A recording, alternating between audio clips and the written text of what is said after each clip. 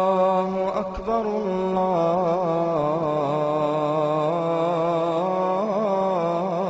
الله أكبر. كم من معاني ساقها المولى لنا بمحبة وفي الإله تآخي، وتذكروا فالخل يهجر خله، إلا التقاة فهم من الأبرار.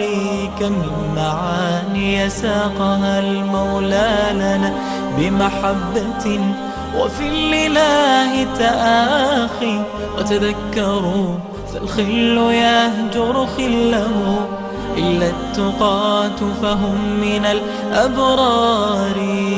С именем Аллаха Милостивого Милосердного.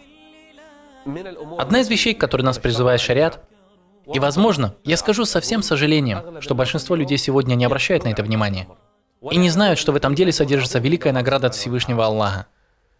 Помнишь ли ты, когда ты в последний раз встречался со своим соседом? Я не говорю сейчас о том соседе, который находится через 7 домов от тебя, или через 6, или через 5. Возможно, что это сосед, чей дом примыкает к твоему. Когда ты последний раз навещал его? Или же он приходил к тебе в гости? Когда? Или когда ты встретил его на общем собрании людей? Ты начал его расспрашивать о его делах, семье и детях.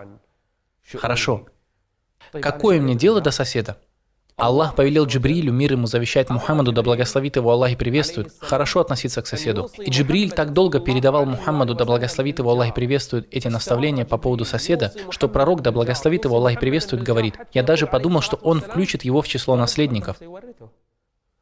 То есть выделит ему долю от наследства. И когда я умру, сосед получит долю от моего наследства, как отец, брат или сын. Его положение в чем-то подобно положению кровных родственников. И все это из-за больших прав, которые сосед имеет на соседа. Более того, если один сосед притеснил или несправедливо обошелся с другим, ему может стать запретным рай. Он может зайти в ад по причине своего несправедливого обращения с соседом. Помимо этого, вера не будет совершенной, если человек обижает своего соседа. У пророка, да благословит его Аллах и приветствует, были соседи, которые изначально не были мусульманами. У него был сосед иудей, который причинял ему неприятности. Когда же сын еврея заболел, а пророк, да благословит его Аллах и приветствует, услышал, что его сын болен, он пришел его навестить. Потому что соседи бывают 3 видов. Или это верующий сосед, одновременно который твой родственник, брат, дядя по материнской линии или отцовской линии. Он имеет на тебя 3 права. Право родственных уз, право соседства и право ислама. Хорошо, если это верующий сосед, но он тебе не родственник. У него на тебя 2 права. Право соседства и право ислама. Ладно. А если сосед кафир, мушрик? Даже он имеет на тебя право. Кафир? И при этом имеет на меня права? Да, у него есть право. Сосед из числа твоих родственников и сосед, который не является твоим родственником, у всех них есть на тебя права, брат. Думал ли ты однажды, или даже сегодня, думал ли ты о том, чтобы навестить своего соседа до таравиха или после таравиха? Думал ли ты о том, чтобы отправить ему подарок, какую-нибудь еду? Раньше у нас это было широко распространено. Сегодня это тоже практикуется, но мало. Сегодня редко можно увидеть, как кто-то берет еду, приготовленную в его доме, и отправляет тарелки к своим соседям. Сейчас время Рамадана. Это как раз время для таких вещей. Не говори мне, что мой сосед не нуждается. Я знаю, что твой сосед богатый. Но это не мешает нам подарить ему что-то из того, что мы едим и чем питаемся. Это будет знаком нашей дружбы. Если ты будешь принимать у себя дома много гостей, если ты позвал мужчин, или мать позвала женщин, что мешает также позвать и соседей? Знаешь, люди всегда так и делали, всю свою жизнь. В один из дней тебе понадобится помощь соседа. Не говори: «Я не нуждаюсь в своем соседе». Это неправда. Когда-нибудь тебе потребуется соседская помощь. Не приведи Аллах. Ты будешь в отъезде, а дома что-нибудь случится.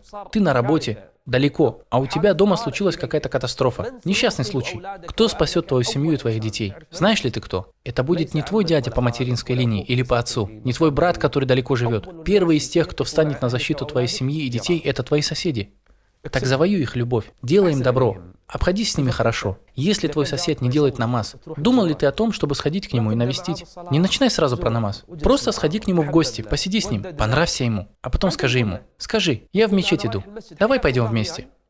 «Хорошо, я пойду потом». Он может постесняться 1, 2 или 3, но ты увидишь, как в один из дней он придет в мечеть раньше тебя. Пророк, да благословит его Аллах и приветствует, не отчаивался увидеть благо в Иудее. Он призвал его перед самой смертью, и тот уверовал и принял ислам. Знаешь ли ты, почему он уделял этому такое большое внимание? Потому что тот человек был его соседом. Думал ли ты о том, чтобы сделать ночной намаз, таравих намаз ночью и поднять руки, сделать дуа за своего соседа? То есть, шейх, мне нужно оставить мою жену, детей, мать, отца, родственников и просить за своего соседа? Да, этот сосед имеет на тебя право. Клянусь Аллахом, если сосед хороший, если его дети будут хорошими, если праведным и хорошим будет район, в котором ты живешь, ты будешь спокоен даже за своих детей, будешь спокоен за свою жену. Если весь район выходит в мечеть на намаз, потом возвращается с намаза, люди религиозные, поминающие Аллаха, праведные, ты будешь спокоен за свой дом и за своих домашних. Удели внимание своему соседу. Он имеет право на тебя. Кроме того, к милости не относится, как сказал Анас ибн Малик, когда ты варишь мясо, налей побольше воды и позаботься о своих соседях. То есть каждый раз, когда ты что-то готовишь, сделай чуть больше, позови соседей. Это будет относиться к вашей взаимной дружбе и к милосердию. Бойтесь Аллаха по отношению к вашим соседям. Пообщайтесь с ними сегодня. Начните делать им добро. Мир вам, милость Аллаха и Его благословение. وفي الإله تآخي وتذكروا فالخل يهجر خله